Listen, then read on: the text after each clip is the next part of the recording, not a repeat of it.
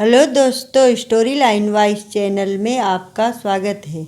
आज की हमारी कहानी है सास माँ का असली रूप, जो कि संध्या त्रिपाठी जी द्वारा लिखित कहानी है।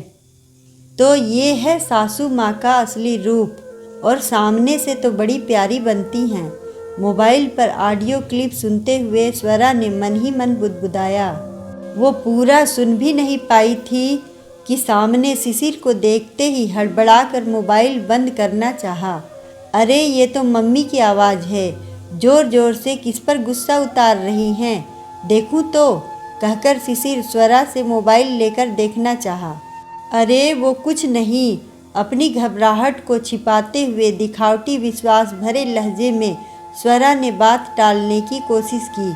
वो नित्या ने कुछ ऑडियो भेजे थे, घर के थे ना, बस वही देख रही थी, कहकर स्वरा ने पूछा, पानी लाऊं? हाँ ले आओ। शिशिर ने भी अपनी जिज्ञासा को वही शांत तो कर दिया, पर कुछ बातों पर उसका दिमाग दौड़ने लगा और उसे माजरा समझते देर न लगी। दरअसल विभा के 2 बेटे थे, सुशांत और शिशिर, और 2 बहुएं भी थीं, नित्या और स्वरा। शुरू में संयुक्त परिवार के रूप में सब साथ में रहते थे। ट्रांसफ़र के बाद शिशिर और स्वरा अन्य शहर में रहने लगे। नित्या और स्वरा देवरानी जेठानी की आपस में बातें होती रहती थी, और घर की एक एक बात नित्या स्वरा को बताती थी, या ये कहें कि आपस में दोनों मिलकर अपनी सासू माँ की शिकायतें किया करती थीं। जबकि विभा ने संयुक्त परिवार की बागडोर बखूबी संभाली थी, किसी को भी शिकायत का मौका नहीं देना चाहती थी।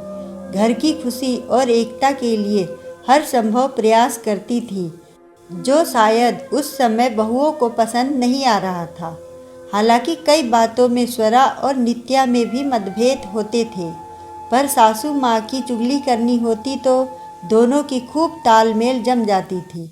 दोनों एक हो हाँ में हाँ मिलाकर सासू माँ की चुगली किया करती थी। हद तो तब होने लगी जब चुपके से नित्या सासू माँ द्वारा कही बातें टेप कर ऑडियो के रूप में स्वरा को भेजने लगी, और सिर्फ स्वरा को ही नहीं, अपने मायके और न जाने कहाँ कहाँ। इन सब बातों से बेखबर विभा अपनी बहुओं से बेहद दोस्ताना व्यवहार रखती थी। उसे थोड़ा भी आभास नहीं था कि उसके पीठ पीछे ये सब चल रहा है। अब शिशिर सारा माजरा समझ चुका था। उसने तत्काल स्वरा से कुछ न कहकर चुप रहना ही उचित समझा। दूसरे दिन दफ्तर में जाकर अपनी मम्मी को फ़ोन लगाकर बड़े प्यार से पूछा, कल किस पर नाराज़ हो रही थी मम्मी? अच्छा तो तुझे भी पता चल गया। नहीं बेटा, नाराज़ नहीं, वो तो मैं बस ऐसे ही समझा रही थी, विभा ने बात टालने के अंदाज में कहा। मम्मी, मैंने आपको कड़े आवाज़ में किसी को डांटते हुए सुना है, बताइए ना। शिशिर मम्मी को धीरे से समझाना चाहता था। सुना है? कैसे? मम्मी, मैं आपसे एक बात कहना चाहता हूँ, आप सावधान रहा करें। आपकी बातों का ऑडियो क्लिप। शिशिर अपनी बातें पूरी करता उससे पहले ही विभा ने बात काटते हुए कहा, ओह समझ गई बेटा, मैं तो सोचती थी आजकल फ़ोन पर ही बातें फैलती है, पर यहाँ तो ऑडियो वीडियो प्रमाण के साथ शिकायतें की जाती हैं। आज विभा वाकई दुखी थी। सोच रही थी भला हो शिशिर का, जिसने किसी का नाम लिए बिना दूरदर्शिता का परिचय देते हुए समझदारी से काम लिया। अगले दिन खाना खाने के बाद विभा न्यूज़पेपर लेकर कुर्सी पर बैठते हुए नित्या को आवाज़ लगाई। नित्या खाने के बाद बर्तन समेटने के काम में व्यस्त थी। पल्लू से हाथ पोंछते हुए नित्या ने लंबी सांस लेते हुए कहा, हाँ बोलिए सासू माँ। बेटा, अपना मोबाइल ले आ और आज मेरा वीडियो बना। कैप्शन में कुछ भी लिख देना जो तेरा मन करे। सासू माँ आराम फरमा रही हैं, मैं काम में व्यस्त हूँ, वगैरह वगैरह कुछ भी। अरे ये क्या बोल रही हैं सासू माँ? नित्या ने डरते हुए पूछा। कुछ नहीं बेटा, ऑडियो तो तू बना बना कर इधर उधर भेजती ही है, वो भी मेरे जाने बगैर चुपके से। तो मैं चाहती हूँ सिर्फ ऑडियो ही क्यों, वीडियो क्यों नहीं? वीडियो इधर उधर जाएगा तो लोग तेरी बातों का अच्छे से विश्वास करेंगे। ठीक कहा ना मैंने? विभा शांति बनाए हुए बिना तूतू मैं किए सारी बातें रख दी। नित्या के शरीर में कांटों तो खून नहीं, उसे तनिक भी आभास नहीं था कि सासू माँ को कभी असलियत का पता भी चल पाएगा। उसे अपने किए अनुचित कार्य के लिए लज्जित महसूस हो रही थी, फिर भी उसने लीपा पोती करनी चाहिए।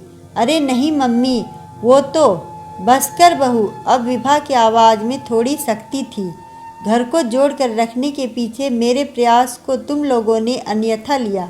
और एक बात सुन लो नित्या, आज मैं हूँ न बीच में, इसलिए मुझे माध्यम बनाकर तुम लोगों की आपस में पट रही है, वरना तुम दोनों देवरानी जेठानी का दिल से कितना पटता है ये तुम दोनों अच्छी तरह जानती हो। एक कहावत भी है, जब सास की चुगली करनी हो तो बहुएं एक हो जाती हैं।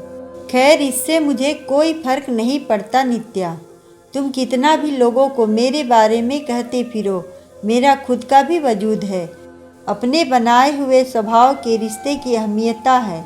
लोग ऑडियो वीडियो सुन देख भले लेंगे, पर वस्तु स्थिति का आंकलन अपने दिमाग से ही करेंगे। उसमें मेरी नहीं, तुम्हारी ओछी मानसिकता साफ दिखाई देगा। प्लीज़ सासू माँ, मुझे माफ़ कर दीजिए। ऐसी गलती अब दोबारा कभी नहीं होगी। नित्या ने एक बार फिर क्षमा याचना की। इतनी चालाकी से तुम कैसे? देखो बेटा, एक बार यदि विश्वास खो दिया ना, फिर दोबारा बनाने में वर्षों बीत जाएंगे। और विश्वास बन पाएगा भी या नहीं, इसकी कोई निश्चितता नहीं है। विश्वास की धज्जियाँ उड़ जाए ये ठीक नहीं। थोड़ी सी मस्ती के लिए ज़िंदगी भर का विश्वास खो देना कहाँ तक उचित है। प्लीज़ सासू माँ, बस एक बार आखिरी मौका दीजिए। मैंने तो सिर्फ ऐसे ही मस्ती में।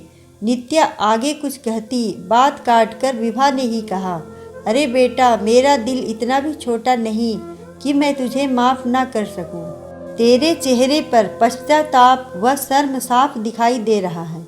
फिर गलती बच्चों से ही होती है ना बेटा, जो बीत गया वो वापस नहीं आ सकता, पर आगे दोबारा ऐसी चीज़ें ना हो, हमें उस पर ध्यान देना चाहिए। दोस्तों, एक माँ या सास शायद ऐसे कृत्यों को माफ़ कर भी दे, पर क्या वो दोबारा विश्वास कर पाएगी? जिंदगी भर एक संदेह मन में ही रह जाएगा। अगर आपको कहानी अच्छी लगे तो वीडियो को लाइक करें, चैनल को सब्सक्राइब करें और कमेंट में बताएं कि आपको कहानी कैसी लगी। धन्यवाद।